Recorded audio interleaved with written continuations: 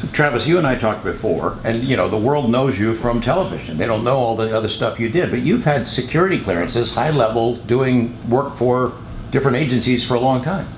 Yeah, I started working for the Army, I was 17 actually, and I've been a scientist or an engineer for the Army ever since. There's about 7 years in my life where I went into the private sector and worked for the intelligence community as a contractor, and then I went back into civil service, and I've been doing that my whole life, and I've had a security clearance for decades. Did you need permission to be the scientist on TV? Oh yeah. In fact, before I was on TV, I also write science fiction novels. And I remember my first science fiction novel, they made me give it to security, and they went through it to make sure that there wasn't anything that was too close to what I was doing at work or that might be sensitive in nature. And after about my third or fourth novel, it was too much work for them, so they quit worrying about it. Did you have to tell them, hey, this is the parameters for what I'm going to do on television? I'll be the scientist and I'll be a debunker if it's necessary. And every single time I would go on TV or as any kind of news appearance or anything like that, I would always tell them, I'm doing this, I'm going to say things, and depending on which legal person they had me talk to at each time, what I was told I could and couldn't say was different every time. They didn't really have a good standard thing. Just don't say anything. You're not giving an official a DoD statement. You're giving a Travis Taylor private citizen statement, and that's typically how I always treated it. And in some cases, I could say I work for DoD, then they would change their mind, say, no, you work for the Army, then they change, no, don't say Army, just say defense industry. When you started working at Skinwalker, and we've talked about this before, you were an arch skeptic. You were skeptical about some of the weird stuff that had gone on there, correct? My actual notion was that there were some bad actors doing some things.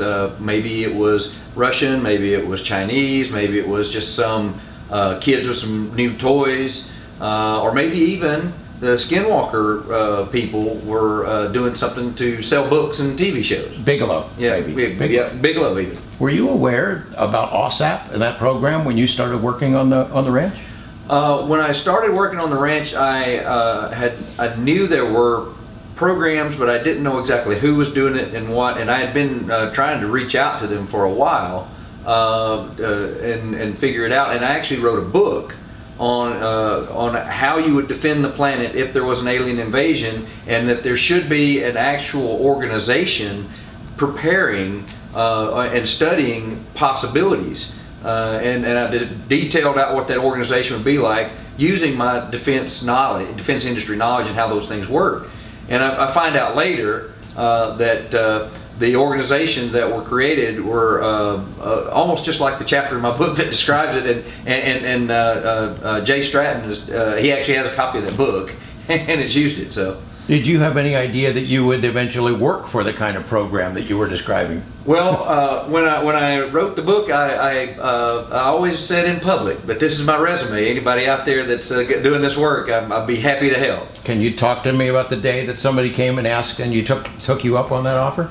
It was really interesting. So some of the things that happened at Skinwalker Ranch, I was in early 2019. I was concerned that they might have had defense, national security issues involved with it.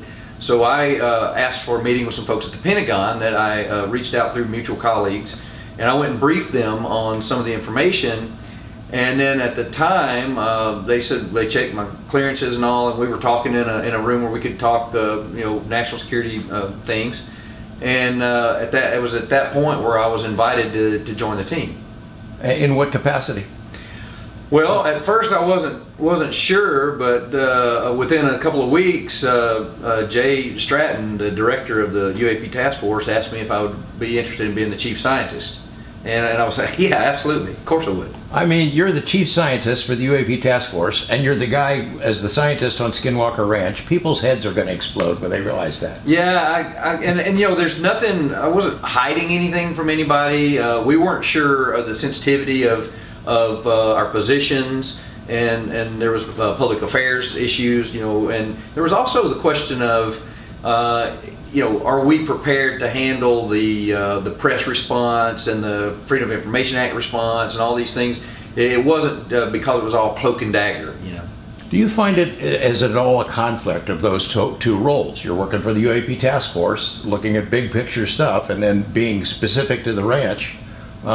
Is it, you ever have trouble wearing two hats at the same time?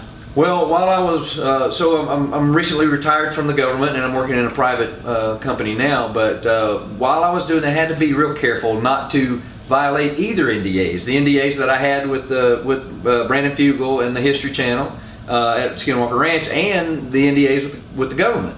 But what I did was, it was mutually beneficial to both parties, because I understood bigger picture stuff from being with the government, and then I also got to be in the laboratory hands-on at Skinwalker Ranch, and both of them were very important.